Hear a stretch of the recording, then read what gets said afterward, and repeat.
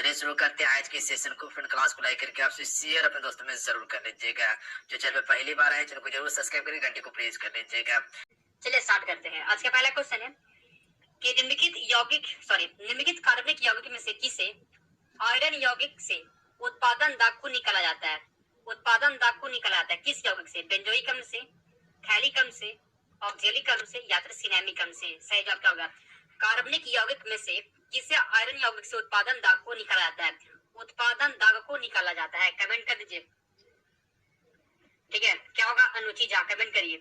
उत्पादन दाब को निकाला जाता है। फ्रेंड सही जवाब हो जाएगा ऑक्जेलिक अम्ल से, इसका सही जवाब हो जाएगा। ठीक है, क्वेश्चन को आज थोड़ा सा हम लोग मोटे टेबल क्वेश्चन को पढ़ते हैं। ठीक है, सब क्वेश्चन आसान नहीं मिलेगा आपको, सब क्वेश्चन आसान नहीं मिलेगा और मेरा पूरा प्रयास रहता है कि प्रीवियस के अनुसार पढ़ाएंगे आपको। ठीक है, एक भी क्वेश्चन नहीं छूटना चाहिए एग्जाम में। ठीक है, चलिए दूसरा नंबर क्वेश्चन कहता है कि नेचुरल फॉर्म में रबड़ किस रूप में होता है? नेचुरल फॉर्म में रबड़ किस रूप में होता है? गोंद के रूप में होता है, ला के रूप में होता है, लैटेक्स के रूप में होता है या फिर रेजिन के रूप में होता है? नेचुरल फॉर्म में रबड़ जो होता है, रबड़ किस रूप में होता है? तो फ्रेंड्स बताते हैं आपको, याद रखिए रबड़ जो होता है वो लैटेक्स के रूप में होता है जी। दूसरा का ऑप्शन नंबर सी इसका सही जवाब है। ठीक है, लैटेक्स के रूप में होता है, दूसरा का सी हो गया। ठीक है, चलिए आगे। तो यूरिया में नाइट्रोजन कितना प्रतिशत होता है जी? याद रखिए 46% होता है। ऑप्शन नंबर सी हो गया, 46% होता है। ठीक है, बहुत अच्छा संतोष राज, बहुत अच्छा आंसर आपका। चलिए आगे चलते हैं हम लोग। चौथा नंबर क्वेश्चन है वाहनों से निकलने वाली प्रदूषित गैस मुख्यतः, वाहनों से निकलने वाले, ठीक है, वाहन से निकलने वाली प्रदूषित गैस हाइड्रोकार्बन होता है, कार्बन डाइऑक्साइड, कार्बन मोनोऑक्साइड या फिर नाइट्रोजन ऑक्साइड। तो वाहनों से निकलने वाले प्रदूषित गैस इसमें से कौन सा हो जाएगा? ठीक है, कमेंट कर दीजिए क्या होगा?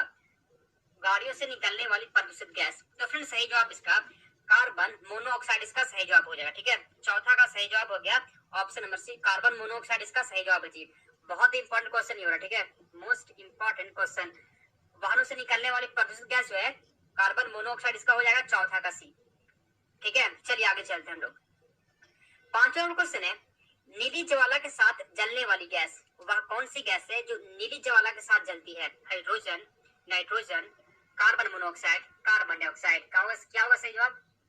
कमेंट करिए क्या होगा? सना नाच कमेंट करिए क्या होगा? नीली ज्वाला के साथ जलने वाली गैस। तो फ्रेंड सही जवाब हो जाएगा कार्बन मोनोऑक्साइड जो है नीली ज्वाला के साथ जलती है। ठीक है, कार्बन मोनोऑक्साइड नीली ज्वाला के साथ चलती है, पांचवा का सी हो गया। ठीक है, पांच का सही जवाब हो गया ऑप्शन नंबर सी, बहुत अच्छा, बिल्कुल सही जवाब है। आगे बढ़ते हम लोग।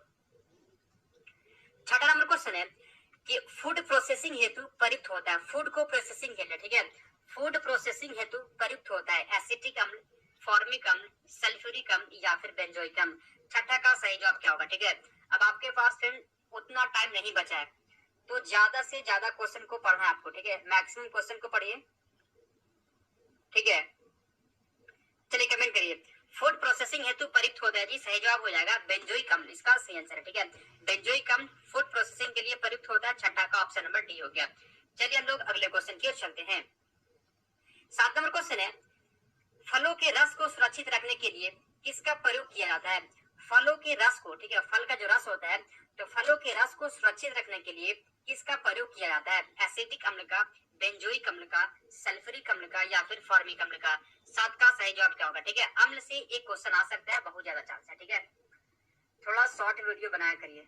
अच्छा ठीक है, शॉर्ट ही तो होता है जी। चलिए, अब फलों के रस को सुरक्षित रखने के लिए किसका प्रयोग किया जाता है? तो 7वां का सही जवाब हो जाएगा बेंजोइक अम्ल का। ठीक है, 7 का ऑप्शन नंबर बी हो गया, बेंजोइक अम्ल का होता है जी। फल के रस को सुरक्षित रखने के लिए बेंजोइक अम्ल का प्रयोग होता है, 7वां का बी। बहुत अच्छा, आगे चलते हैं हम लोग। 8 नंबर क्वेश्चन है कि निम्नलिखित कार्बनिक यौगिकों में से किसको सबसे पहले प्रयोगशाला में तैयार किया गया? यही क्वेश्चन जो है देखिए बार बार आप सभी से बोलते हैं फ्रेंड्स, ऐसा ही क्वेश्चन एग्जाम में आता है। ठीक है, सिलेबस के अनुसार पढ़िए और प्रीवियस ईयर के अनुसार पढ़िए। ठीक है, ऐसा ही क्वेश्चन आता है, उल्टा सीधा मत पढ़िएगा, नहीं तो आप जितना भी तैयारी कर ले आपका तैयारी नहीं हो पाएगा। ठीक है, चलिए, तो कार्बनिक यौगिक में से किसको सबसे पहले जो है प्रयोगशाला में तैयार किया गया? इथेन, यूरिया, एथिलीन या फिर मीथेन को? तो फ्रेंड्स कमेंट करिए 8वां का सही जवाब क्या होगा? ठीक है, सबसे पहले किसको प्रयोगशाला में तैयार किया गया था? प्रयोगशाला में सबसे पहले यूरिया को तैयार किया गया था, 8वां का बी हो गया जी। ठीक है, आगे चलते हैं अगले क्वेश्चन की ओर। 9 नंबर क्वेश्चन है विश्व में खनन किया जाने वाला अधिकांश कोयला होता है। विश्व में खनन किया जाने वाला अधिकांश कोयला होता है लिग्नाइट, एंथ्रासाइट, पीट या फिर बिटुमिनस। विश्व में खनन किया जाने वाला अधिकांश कोयला होता है, कौन सा कोयला होता है? कमेंट करिए इसका सही जवाब क्या होगा जी, कमेंट करिए सही जवाब इसका क्या होगा। विश्व में खनन किया जाने वाला अधिकांश कोयला होता है लिग्नाइट होता है, एंथ्रासाइट, पीट या फिर बिटुमिनस। तो फ्रेंड्स सही जवाब हो जाएगा बिटुमिनस होता है। ठीक है, 9वां का ऑप्शन नंबर डी हो गया जी, बिटुमिनस होता है विश्व में खनन किया जाने वाला जो अधिकांश कोयला होता है। ठीक है, 9वां का डी, बहुत अच्छा, बिल्कुल सही जवाब है मेनका कुमारी। आगे चलते हैं, 10 नंबर क्वेश्चन कहते हैं कि अधिक मात्रा में खनन किया जाने वाला जो अधिकांश कोयला होता है। ठीक है, 9वां का डी, बहुत अच्छा, बिल्कुल सही जवाब है मेनका कुमारी। आगे चलते हैं, 10 नंबर क्वेश्चन कहता है कि अधिक मात्रा में इथाइल अल्कोहल का सेवन करने से सेवन करने पर बुरा प्रभाव पड़ता है। अधिक मात्रा में इथाइल अल्कोहल का सेवन करने पर बुरा प्रभाव पड़ता है किडनी पर, आंत पर, हृदय पर या फिर लीवर पर। कमेंट करिए। सुनिए, अगर ज्यादा मात्रा में कोई इथाइल अल्कोहल का प्रयोग करता है, सेवन करता है, तो किस पर बुरा प्रभाव पड़ेगा? किडनी पर, आंत पर, हृदय पर या फिर लीवर पर। चलिए कमेंट कर दीजिए फ्रेंड्स, बहुत अच्छा क्वेश्चन है। ठीक है, मोस्ट इंपॉर्टेंट क्वेश्चन कह सकते हैं, या जो भी क्वेश्चन है सभी भी दिया है। सही जवाब फ्रेंड्स लीवर पर, ऑप्शन नंबर डी हो गया। ऑप्शन नंबर डी इसका सही जवाब है। आप जहां से भी पढ़िएगा जी पूरा पढ़िएगा। ठीक है, अगर मेरे से पढ़ना आपको अच्छा लगता है, मेरा क्वेश्चन अच्छा लगता है, तो पूरा पढ़िएगा, तभी आपका सिलेबस कंप्लीट होगा। ठीक है, चलिए 11 नंबर क्वेश्चन कहता है निम्नलिखित में कौन प्राकृतिक बहुलक नहीं है? प्राकृतिक बहुलक नहीं है। ठीक है, इसमें से एक जो है वो प्राकृतिक बहुलक नहीं होता है, चमड़ा, ऊन, नायलॉन या फिर रेशम। प्राकृतिक बहुलक नहीं है 11 का आंसर।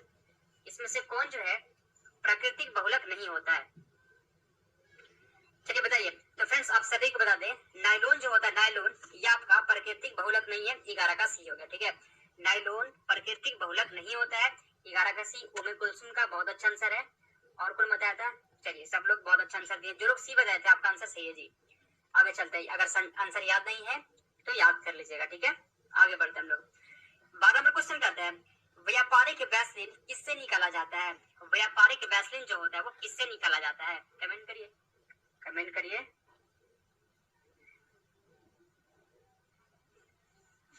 एक बोल रहे हैं कि आप बहुत अच्छा पढ़ाते हैं सर, प्रेम Ranjan Kumar.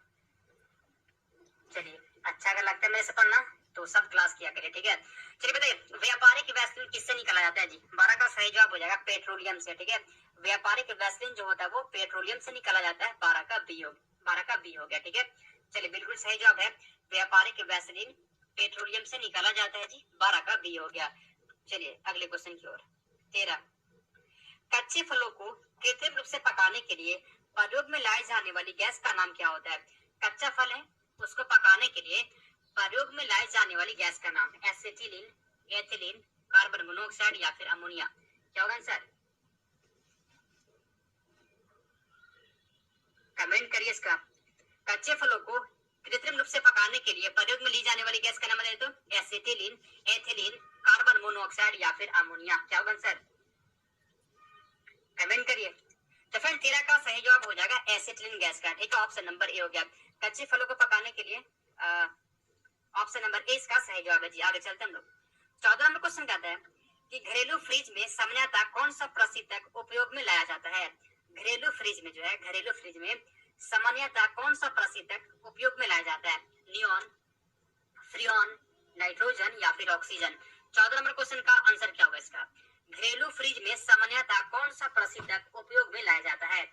Most important question, और ये क्वेश्चन जो है ना बहुत एग्जाम में पूछा है। इसको देखें, इस क्वेश्चन को हम बार बार एग्जाम में आता है और डीएलएड में ये क्वेश्चन आ सकता है। ठीक है, तो फ्रेंड 14 का सही जवाब हो जाएगा, याद रखिएगा सही जवाब है फ्रियॉन का। ठीक है जी, फ्रियॉन इसका सही जवाब हो गया, 14 का बी। ठीक है, चलिए अगले क्वेश्चन की ओर चलते हैं। कौन गुस्सा रहा है? गुस्सा वाला इमोजी किसका है? जो गुस्सा क्यों कर रहे हैं आप? क्या हो गया, गुस्सा क्यों कर रहे हैं? चलिए 15 नंबर क्वेश्चन है कॉपी। ठीक है, चलिए अगले क्वेश्चन की ओर चलते हैं। कौन गुस्सा रहा है? गुस्सा वाला इमोजी किसका है? जो गुस्सा क्यों कर रहे हैं आप? क्या हो गया, गुस्सा क्यों कर रहे हैं? चलिए 15 नंबर क्वेश्चन है कौन सा प्लास्टिक खाने के पदार्थ को पैक करने के लिए प्रयोग में होता है? खाने का जो पदार्थ होता है, कोई भी चीज खाने का, उसमें कौन सा प्लास्टिक जो होता है पैक करने के लिए प्रयोग किया जाता है? Polyvinyl chloride, polyethylene, sorry ethylene, polypropylene, इसमें से कोई नहीं। कौन सा प्लास्टिक खाने की पदार्थ को पैक करने में प्रयोग किया जाता है? 15 का आंसर कमेंट कर दीजिए, कमेंट कर दीजिए। ठीक है फ्रेंड्स, 15 का सही जवाब हो जाएगा, याद रखिए पॉलीइथिलीन का। ठीक है, खाने के पदार्थ को पैक करने के लिए जिस प्लास्टिक का प्रयोग किया जाता है फ्रेंड्स उसको पॉलीएथिलीन कहा जाता है। 15 का बी। आगे चलते हैं अगले क्वेश्चन की ओर। 16, दलदली भूमि से कौन सी गैस निकलती है? दलदली भूमि से कौन सी गैस निकलती है? कमेंट करिए। दलदली भूमि से कौन सी गैस निकलती है? इथेन, ब्यूटेन, मीथेन या फिर प्रोपेन? क्या होगा सही जवाब इसका? दलदली भूमि से कौन सी गैस निकलती है जी? 16 का सही जवाब क्या होगा? तो 16 का सही जवाब याद रखिए इथेन इसका आंसर हो जाएगा। 16 का ऑप्शन नंबर ए हो गया। ठीक है, दलदली भूमि से कौन सी गैस निकलती है फ्रेंड्स? इथेन गैस निकलती है। 16 का ऑप्शन नंबर ए। आगे 17, कैल्शियम कार्बाइड पर जल डालने से बनता है, सुनिए, कैल्शियम कार्बाइड पर जल डालने से क्या बनता है? मीथेन बनता है, इथेन बनता है, एसिटिलीन बनता है या फिर एथिलीन बनता है? कैल्शियम कार्बाइड पर जल डालने से क्या बनेगा? 17 का आंसर। ठीक है, बहुत अच्छा क्वेश्चन है, एग्जाम में आ सकता है। ठीक है, तो फ्रेंड्स याद रखिए कैल्शियम कार्बाइड पर जल डालने से क्या बनता है जी? सही जवाब हो जाएगा एसिटिलीन बनता है। कैल्शियम कार्बाइड पर जल डालने से एसिटिलीन बनता है। 17 का सी। ठीक है,